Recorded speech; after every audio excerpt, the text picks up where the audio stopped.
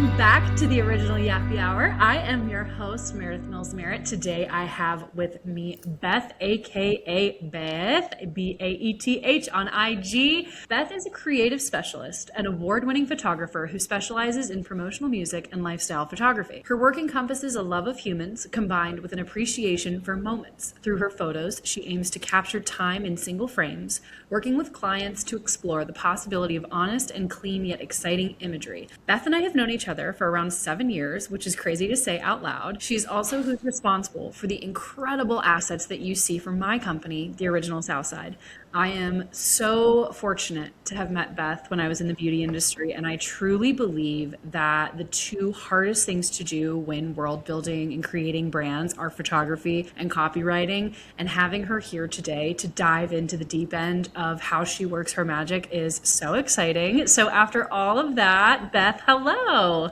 Hi, what a crazy intro. Also, the 7 years, it's amazing to hear that out loud. I know, it's crazy. Yeah. We're like adults now, so I know there's been a lot of life. To kick us off, here comes the beverage of the week segment. So Beth, what are we drinking today? It's Harmless Harvest coconut water. It's great. There's a lot of waters on the market, and this is just one of my tried and true. It's at 7-Eleven, so you can go pick it up easily, but it's also just really high quality. And what do you think? When you sent that to me, that you wanted that to be your beverage of the week, I was so excited because it's been funny. We've had a lot of like matcha requests. We've had some different coconut water requests. I'm a Harmless Harvest girly all day, every day. So why are we drinking this? Is this like your comfort choice? Is it like is it a coping mechanism? Like what made you choose this? I honestly, this is so crazy. I was a coconut water hater up until 5 years ago. Okay. And then a couple trips to a couple beautiful places where you have it straight from literally the coconut, and you realize like, oh, this is so natural, the electrolytes. It's just, for me, when I'm feeling like my body needs a little bit more and I just don't want to throw like a liquid IV in my glass, like this is the natural way to do that. Yeah. Especially at like the high price. It's just like, well, I'm paying because it tastes literally like it's from that coconut for me. So I would say it's a comfort choice. It's a splurge choice. Not a daily choice, more of like I feel like I need a little bit more today and I want to do it in a healthy way. This one's nuts. Yeah. I can't remember the first time. I was also a coconut water hater. My husband loved it, and I could not understand why. And so somehow this came into my orbit and has been my preferred coconut water ever since. We can dream that this will be sponsored one day. So Harmless Harvest, if you're out there, you know where to find us. But it's so perfect. And I feel like with the weather getting warmer, it's just such a nice way to reset, especially in the afternoon. So I'm with you. And even, I'd say like within the last couple of years, I've become more of an ingredient girly. And so when you read the package, even like little things, like I'll go stop at a 7-Eleven and I need something with electrolytes. A really good brand would be like Prime, believe it or not. They have really good ingredients, like a coconut water base with just some vitamins and minerals. But this is literally just says organic coconut water. There's nothing else. It's so good. So there's nothing better than like, oh my gosh, one ingredient. I'm in. One ingredient, and also it's delicious. Again, to your point, I had no idea that Prime had such a good nutrition facts like kind of lineup. So that's huge because I will remember that. It's so hard. Yeah. And we'll kind of touch on this too in your episode because you're always on the move to kind of take care of yourself and do the things that you want to do for yourself when you have limited time and inventory to pick from. So this is it's the perfect segue into part 1, which we call your original story. Tell us a little bit about how you got to where you are today. It's such like a wild thing to try to turn into a story. I would say I have always been the kind of person who's been really creative.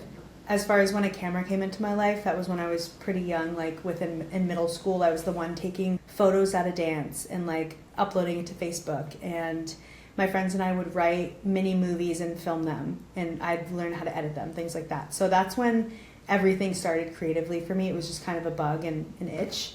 And then when I went to college, my roommate, she was a music photographer. And at that time I was doing a lot of portraits. I was taking people's senior portraits. I was doing like engagement photos, and I saw that you could like do band photos. And she was this cool girl, she's awesome, with like a little bit emo hair and like confidence, and she's from Long Island. I'm from this little Rhode Island, like this tiny little place, and she's just this big view of the world. So she kind of opened up my life to that being a thing. And the cool thing about being in college is like you have college shows that come through that are pretty big artists. So like Big Sean came through, a couple other, larger acts, and I was able to like photograph those and build a little bit of a portfolio. And then I got my first like actual all access pass at a Warped Tour, and that is back in the day when Warped had really cool touring acts such as like G-Eazy was on there, Waka Flocka Flame, like people who are pretty relevant. And I mean, obviously not to mention all the amazing punk and like hard rock bands as well that I photographed. But that got my foot in the door with Live Nation. And then I started shooting for Live Nation. I shot Mac Miller, I shot Steve Aoki. They had a venue not too far from my school, so I would just like drive out, shoot the show at 8, drive back at midnight, go to class the next day, like just grinding.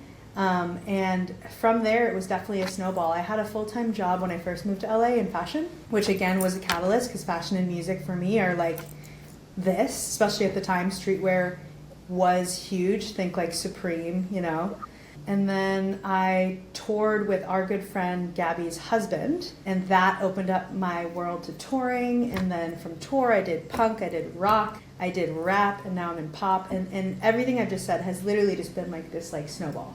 Yeah. It's one decision, one person, one yes, one no turns into the next. And it's kind of given me this beautiful life where I have a big of a portfolio where I can pick and choose a bit more. That's where I am now, where it's like I work with people that want to work with me, and my art is very like, I feel like has a direction, but it took 10 years in LA, 15 years taking photos professionally, making money is what I call professionally, and like a lifetime of just wanting it. Yeah. There are no or very few overnight successes. And I think that people can see things happen for others, but they haven't been as tuned into their stories, which can be really jarring. And so I appreciate you kind of walking us through that, because I think it's just going to be helpful. So is there anything that you would say in your early life that shaped your eye and what you're drawn to, like what you notice, what you capture, and maybe even how you capture? Yeah, that's such a good question. I would say I had a bit of like a click moment during that college era when I was wanting to shoot music. I was shooting a lot of cars and automotive, and that's only because that was like the industry that all my guy friends were in, and we like to like go to car meets, and I would like get on the ground and take these like creative photos of cars. It's actually a really cool industry. It's still inspiring to this day. But after shooting enough cars, I started to like want to shoot the owners, because the owners had these cool stories, and I was taking portraits of these people. And I think that's when it clicked that I like people. I like something that I can direct, like an inanimate object, even like a landscape, right? Right. Like Ansel Adams' Yosemite landscape or whatever. Doesn't do anything for me. It's the person, it's the people. You've seen how I interact with models. It's like, I want to work with a subject, and I think that around that moment is when I realized like people, music, all stuff that has to do with like humans is what I connect with better. And I think it takes a really special person to do that, and the aura that you bring to a set is so special that I also think that really gives you an edge to other people, because immediately everyone is so comfortable with you, and you can not only command the room, but you do it in such a respectable way. And so that is not easy to do. And I feel like we've all experienced the flip side of that when everyone's on, walking on eggshells and pins and needles. And so I think that's really wonderful. When do you think was the first time you felt like you really had something to say and show creatively? I know you're kind of referencing college and your roommate, and even like some of the fun things that you did with your friends when you were in high school. But what would you say was kind of like a time that you could pinpoint would be your first time for that? I would say if we still go back to that punk music era, there was this guy, he's still shooting to this day, his name's Adam Elmakias. And he was taking these like gorgeous portraits with like a really long lens. And what he did on stage was kind of like an on-stage portrait where they're sweaty and like the mic is here, but it's like the moment when they breathe, and it almost looks like it's the in-between shot. And I think that really inspired me to show that there is a different way to do music photography. Like it doesn't have to just be like this like crazy wide with like the guitarist, bassist, and singer in the frame, it can just be more beautiful. And I'd say like having the freedom of like not really knowing what I was doing, but also inspiration and like looking to my peers for what they were doing kind of opened up the door for that, which would be what you said in my bio, which is like moments and humanity within photography. Not necessarily in like a photojournalistic way, but like if I had a style within it, I would say I am more that. Like, yeah, I want to see like Ryan after a set, sweaty, like his head in his hands, and like that's the shot. And just like all these like in between gorgeous moments telling a story.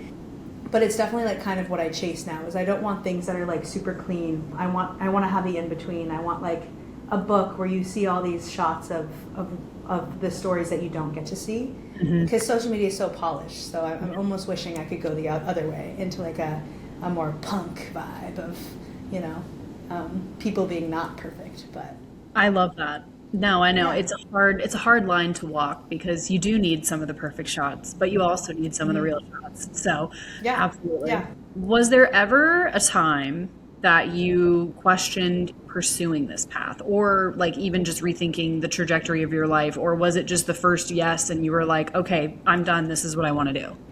I'd say what comes to mind in that question, I'd actually love for you to answer that too, because I feel like you have had so many hats, and I'd love to hear about that. But COVID was tough. Yeah. COVID, there was no live events. It was kind of in the middle of my come up and my glow up. And when you feel like you lose momentum and you see people around you quitting, not because they want to, but because they need to financially, or they have to leave LA, or they have a kid to take care of, or they have a family member that depends on them.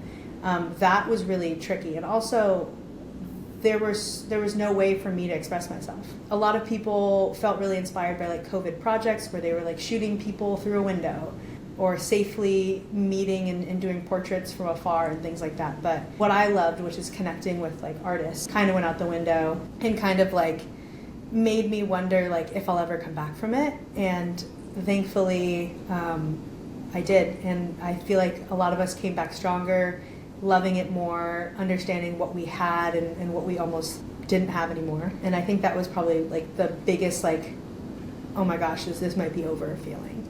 Yeah.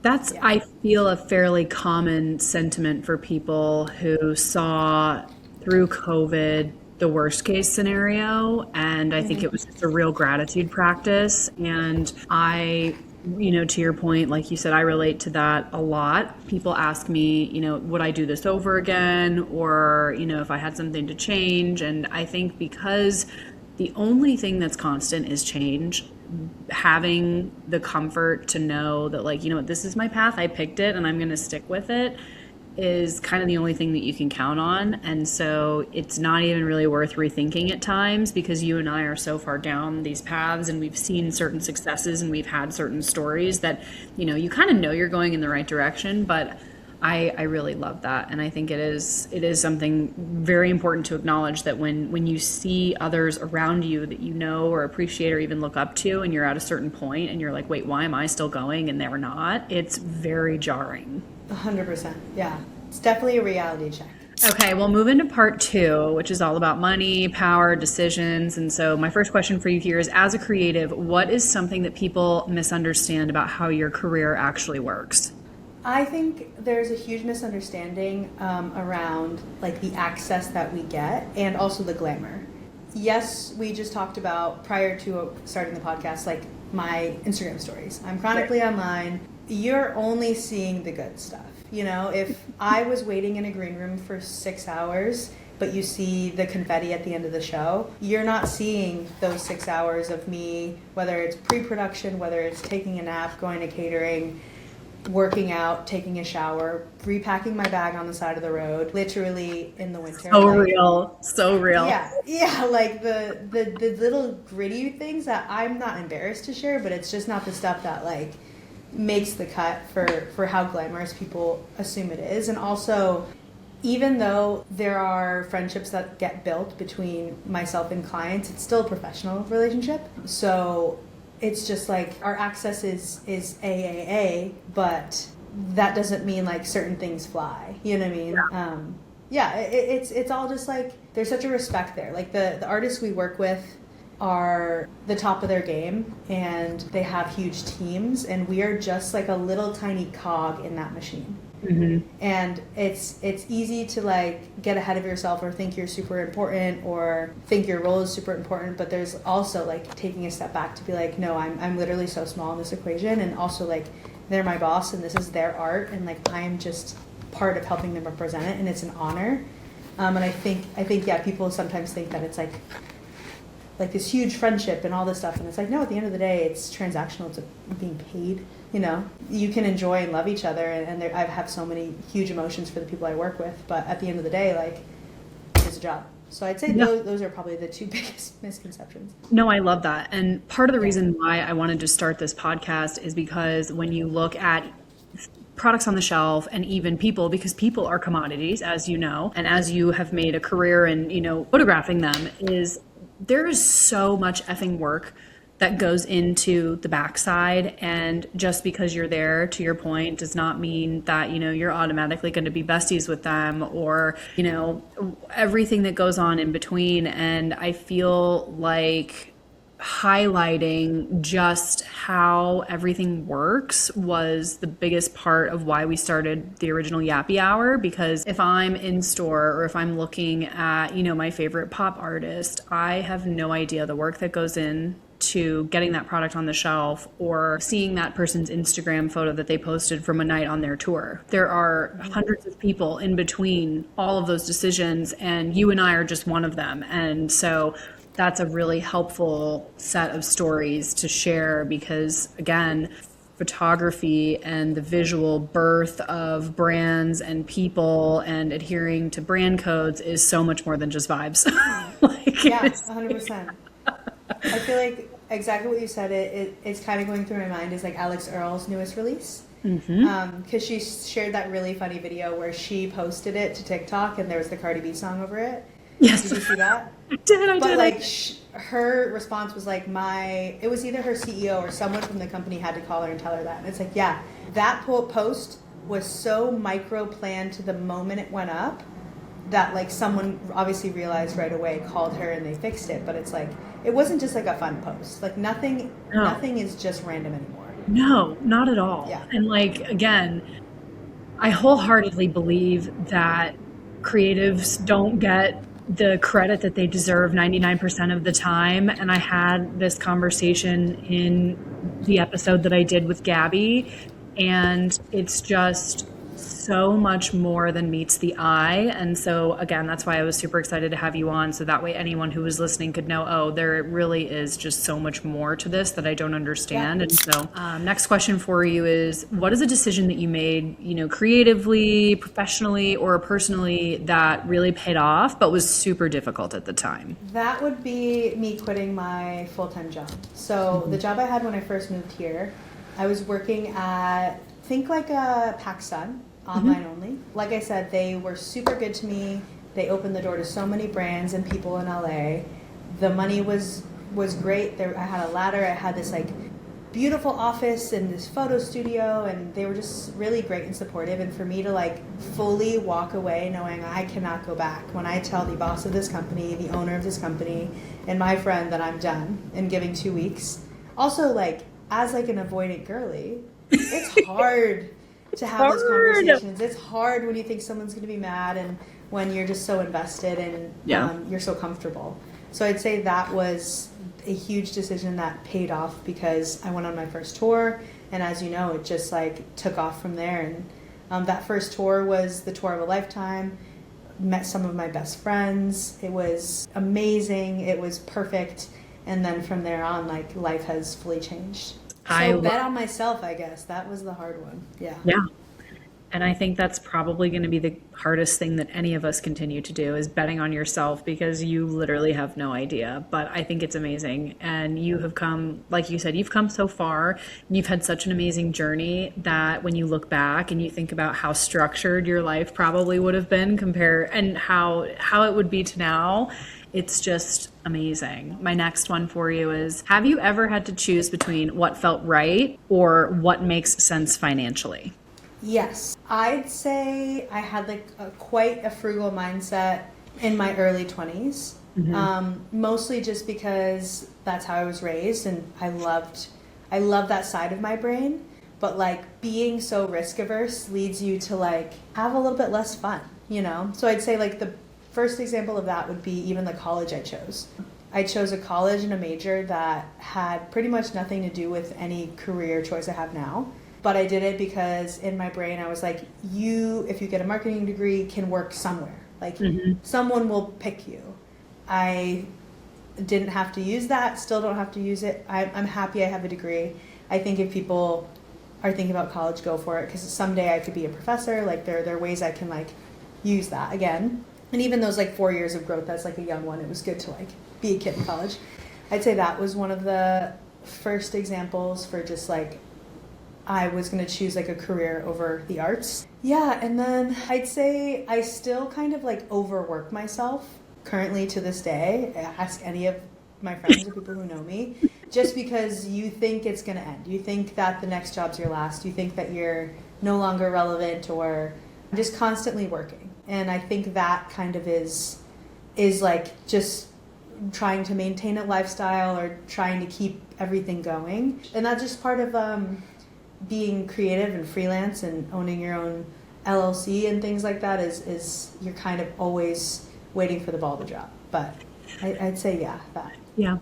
It is funny to live like you're waiting for something to happen. And I feel that all the time with Southsides. And it's, yeah, kind of unsettling, but it's also, I think, amazing to have your life under your control so much. And I feel like it is the scariest, but it's the most rewarding, because you and only you are kind of master of your destiny. And when I look back at when we first met, and I was deep in the Unilever Prestige portfolio and I had the ladder too, I knew exactly what to expect.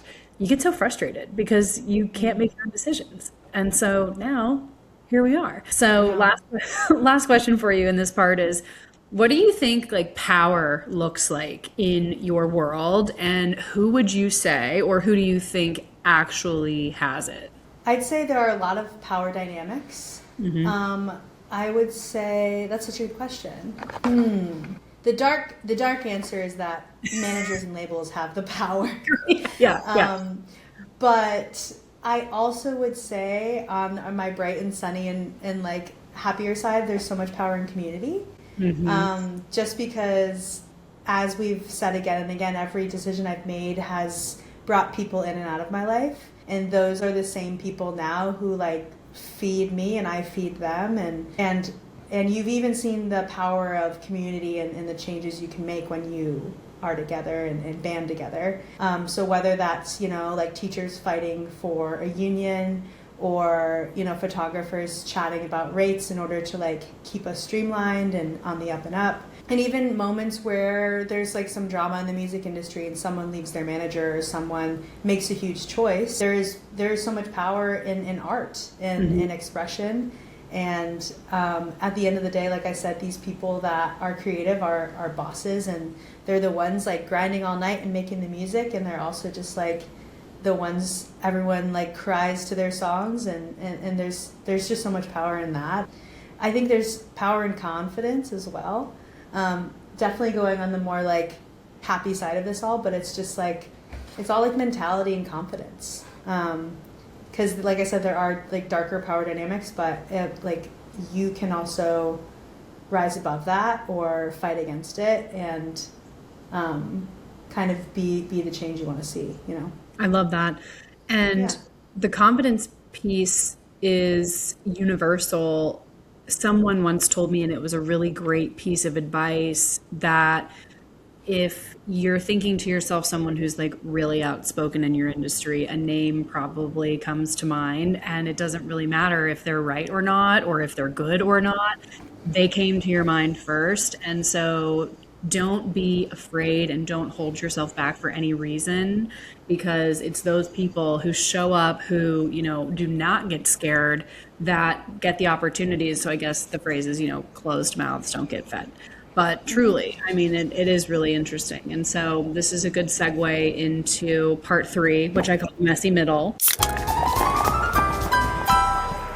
which is where we just kind of chat about the messes that all of us deal with all the time. And so my first question for you, kind of like we were talking about before I pressed record, is talk to us about life on the road and when you tour. Like I love following your travels and adventures on Instagram and seeing what you're up to, but is it hard? Like, how do you find calm amongst the chaos, or do you just let it rip? I definitely feel like I'm built for it. I can sleep anywhere. Which I think is one of like the biggest challenges people have is when they head into a bus or a new hotel or a green room and they're exhausted and can't sleep. It is, yeah, it's kind of a dream for me. I've been touring long enough that I have like the little things I need and the little things I don't need. I'm pretty independent and I'm able to, if I wake up in the middle of a city, go and find the nearest park or the nearest coffee shop and take a walk and explore. I love exploring, so a lot of the times I spend like my time, even if it's alone, just, you know, wandering and learning a city. It's weird. You live on a bus with, you know, up to 11 other people that you can't choose. You're around them 24/7 when you're having a good day or a bad day. There's a lot of dynamics. There's people from different countries. There's people with different ages, people with children, wives, like bus drivers. Like there's so many humans you're surrounded by. And I think, as you know me, like I am social, so none of this is an issue. Because Right. if I see Peter in his PJs, my 65-year-old buddy, like I'm saying hi. Like I don't feel awkward. I don't care, you know, and I think that openness kind of there's a lot of things that lead me to being good at touring. Yeah. And like creature comforts would be little things like having my choice of like healthy food on the road, you know, because if catering's not hitting, maybe I have some stuff on the bus where I can make myself an avocado toast. I'd say I did a podcast not too long ago with a good friend, and he noticed like my love of like saunas and bathhouses, and I'd say that for sure is like an off day activity, is some sort of sweat, whether it's like a hot class or a sauna. I love cold plunging. It's also so cool culturally around the world to like experience that, how different people do bathhouses, and just like the calm and serenity of literally not having your phone for that hour to hour and a half. But yeah, it's a messy thing, but it's also sick, and I wouldn't change it for the world. And there's also a lot of other industries that like have similar situations, like flight attendants, things like that. There are places with like these weird sleep living situations that we wouldn't expect. Like even Coachella, they put up all their staff, you know, out in the desert in tents and houses, and yeah, it's kind of just like a thing. You are built for it though, and I respect that so much, and I envy your ability to sleep anywhere. I think that is an underrated skill. My husband is the same way, and I am like filled to the brim with jealousy, so I really wish that was me. What is your situation? Like if you're in a new hotel, are you not getting to sleep or? No, I'm not sleeping. Wow, crazy. Yeah, anywhere, literally anywhere. Anyways, that's fine. I've embraced it. But okay, now talk to us about life behind the lens. Have you ever felt that people treat you differently, whether that's better or worse? I'd say being a woman in the industry brings its fair share of good and bad, but I think the way that I've kind of reframed it is, even if someone might doubt our skills and ability, we are memorable. You know, whether it's our kindness, our cool outfit, like our noticeable hard work. I'd say like also the industry is trending more towards women shooting a lot more. But yeah, behind the lens, it's definitely like a creative, a little bit anxious but overly happy human who every single day really loves what I do and can't believe that like I've met people like you, that I've had friendships over the past 10-15 years that are continuing to grow, that I've been in the rooms I've been in, whether that's, you know, I worked the Golden Globes this year, I'm going to Coachella for like the 6th time, just like these huge names and places that people would like give an arm for, and I'm there. So yeah, I love it. This kind of ties in, how do you navigate like the ego, pressure, and certain expectations when you are around such high profile, high octane people and environments? I'd say also my personality is pretty meant for that as well. It's taken some work, but by journaling and staying like tight with who I know I am as a person and being introspective and even just having people around me that like see the real me. Yeah. That kind of keeps me grounded, and then that will help like me brush off any like larger, bigger, more exhausting personalities. Yeah. I also, it takes me a lot to like feel that from someone. I usually will try to understand them before I make a judgment, you know, whether that's like a high profile person having a bad day. It's like, yeah, they deserve to be stressed. Like, look at what they're doing. Look at how much they're doing. Like, I can't imagine what's on their plate every single day when I just come in for these 12 hours that are really important to them. So I think like that empathy is really important. But yeah, like I said, I pretty much brush it off just because I see everyone as humans and people can have good and bad days, and it's not necessarily against me, you know? What's something people don't say out loud, but you think that they should? Probably the lack of boundaries in the industry, whether that's a never-ending 17-hour day or these like I've expressed like these interesting HR violation living conditions we have, and that it's just kind of part of it, you know. And I think although it's part of it, that doesn't mean it's like it's everyone's cup of tea. Like, It doesn't mean it's right. Yeah. Yeah. I'd say that's something, and then also like just like there's been such a big industry-wide shift when it comes to like photography and usage. It's something you're super well versed in, but it also used to be something where like photographers just like owned our work. And I think as people become more and more DocuSign savvy and want to just own stuff, it's tougher for us to stand up for ourselves and own even like the smallest projects. So I think that I wish that could be talked about more. It's just how to properly fight for your right and not just sign stuff away just because it's a big bad label asking. Yeah, protect your IP, baby. I mean, all day, every day. All right, last question for you in this segment is who or what would you say has influenced your work the most? I'd say obviously Tate has been such a big part of my life. I've never grown with someone in the way that we've grown together. I call her my muse, and that is fully that, is we have just made so much beautiful stuff together, and it has been so collaborative and beautiful that like for sure that she has influenced it a lot, especially because not only is she so hardworking and artistic and just like another world of like thought, it kind of just challenges me to be a better creative and also to represent her correctly because she's on such an upward, you know, journey that everyone around her is like really being asked to step up and just like and match that.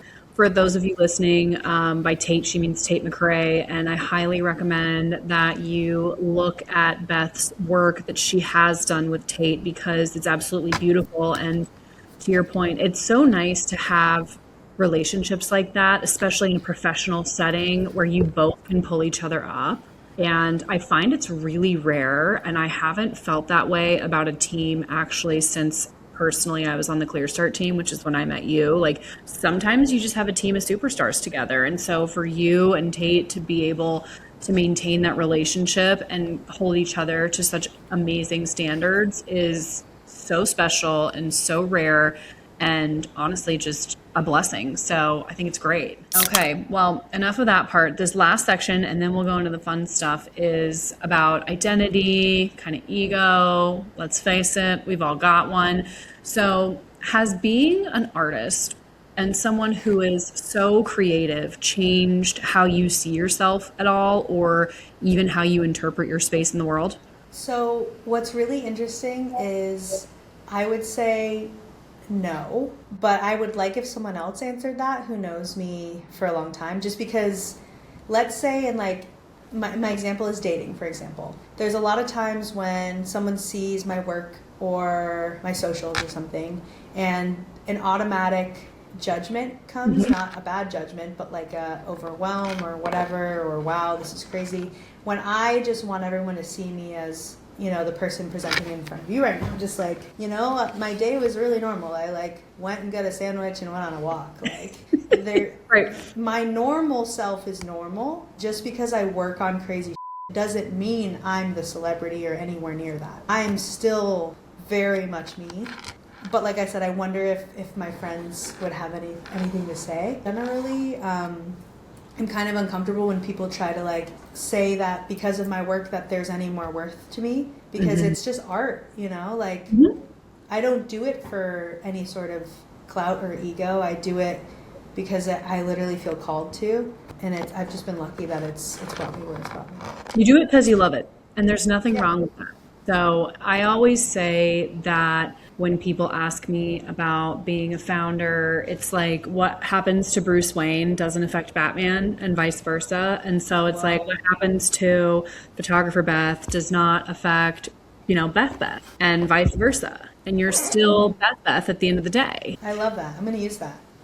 Please. Peter Parker and Spider-Man are the same guy, okay? Exactly. What do you think you're still figuring out right now? This can be personally or professionally. I feel like I'm constantly figuring out balance. Anytime I have any semblance of balance, something comes up and I let it all go. And just like, I'm a girl who loves a healthy lifestyle, but also work in like a semi-unhealthy at times, industry. So that's always tough. But I'm definitely just still learning how to be the best version of myself, work at the highest caliber, and maintain like relationships at the same time, and just have like this perfect pie chart of a person, which is a high standard to hold yourself to. I was going to say, that sounds hard, and let me know when you figure it out, because I'm nowhere near that, and I respect it. My last question for you, then we'll move into the fun stuff, is when do you feel the most confident? And on the flip side of that, when do you feel the most exposed? I definitely feel confident when I walk into a room and I have people I love there. Because like I said, that's when you shed the mask. You're 100% yourself. Nothing matters. There's no one overanalyzing like your words or whatever, and you're just able to just like, be the Bruce Wayne, and that luckily happens a lot more in professional environments now. Like little things like I went to an art gallery a couple months and I walked in and it was like every photographer I've ever known. And it's so cool to just be like, holy crap, I've known you for 15 years. I've known you for 3. Wait, you're my inspiration. Wait, and we're all there together. So luckily, because of the longevity of my career so far, that's happening in professional spaces too. And then feeling exposed, I would say sometimes when I go back home and you see how beautiful life can be when things are a little more simple. It kind of opens up that I wish that was me, or why don't I want that? And you also realize that some of the things that that I hold to like a high meaning don't mean anything to someone, whether that's the expensive hoodie you're wearing or the cool restaurant you go to. Like that doesn't matter when like you have a life full of family and friends and babies and a house and all these things that I don't have yet but have other glitzy things. I think that's when I feel exposed, because I'm like, I want that, but I'm choosing this. Where's that in between? I like the guttural response that I have to that is so real, and I'm literally in my family home right now, so I completely understand that. You come back and you're like, wait a second, like there's nothing wrong with this, but there's also nothing wrong with what I'm doing, and so where do those two intersect? And maybe that's just life. So I don't know. With that, we're going to move into our sip or spill segment. So a little birdie told me that you are a Mountain Valley spring water girly as well. Yes. So I do have that, but but I also have my South Side because I will be cracking that open for some canned ASMR. Ooh, Crispy. Okay, so for this rapid fire, if you don't want to answer, you just take a sip of your beverage. And with that, who or what is your nightmare client or scenario? I knew that you were going to take a sip there. Oh, what trend or aesthetic are you like dying to have go away and never come back? low-rise jeans. Oh, agreed. Low rise and or barrel jeans. No, no, thank you. Thumbs down. What's the most insane job opportunity you've ever been offered? Doing the Golden Globes with Nikki Glaser this year. That's so sick. Yeah, objectively so sick. So yeah, confirmed. That's great. What is something that instantly lets you know as a professional that someone is trying too hard and that they're not like what they're cracked up to be? Talking too much about accomplishments and not getting to know the person that you're standing across Yeah, from. agreed. Who or what gets hyped up that you just can't understand? This can either be in your industry or on the whole. Anything Kanye does new. Correct. Okay, last question here is what is something people pretend to understand but absolutely do not? Lighting. So real. Oh my God. Oh, I love that. Okay, and so we end our episode in the same way every time, and we keep these questions identical for all of our guests. I can't wait to hear your answers. So, number one is give us your current sweet and sour. So, think rose and thorn. Ooh, I love that. My sweet is going to be this amazing weather here in Los Angeles, and also the fact that Coachella might not be 100 degrees. And my sour, ice. Yeah, Very sour. Yeah. real. Who is your dream living or dead happy hour guest? I love that. AOC would be my dream. Yeah. Amazing. Kiki for sure. You would kiki for sure. What is your favorite bar snack or cocktail menu hors d'oeuvre? This place called the Benjamin, they have a homemade like waffle chip with like a sour cream dip. That's crazy. That But sounds it's just, homemade chips are like, yeah. that sounds nuts. Yeah. Oh my it's so God. good. Okay, well now I'm actually starving. And so my last one here is so finish this sentence. I am happiest when. I'm happiest when I get to reconnect with old friends. Ah, love. Okay, well you should be thrilled then. Heart. Beth, thank you so much for coming and thank you for yapping with us today over here at the original Yappy Hour. For those of you listening, you can give her a follow on Instagram at Beth, BAETH. And anything else you want to share before we log off? Just really excited for you and can't wait to have us outsides. Stunning. All right, people, until next week, thanks again.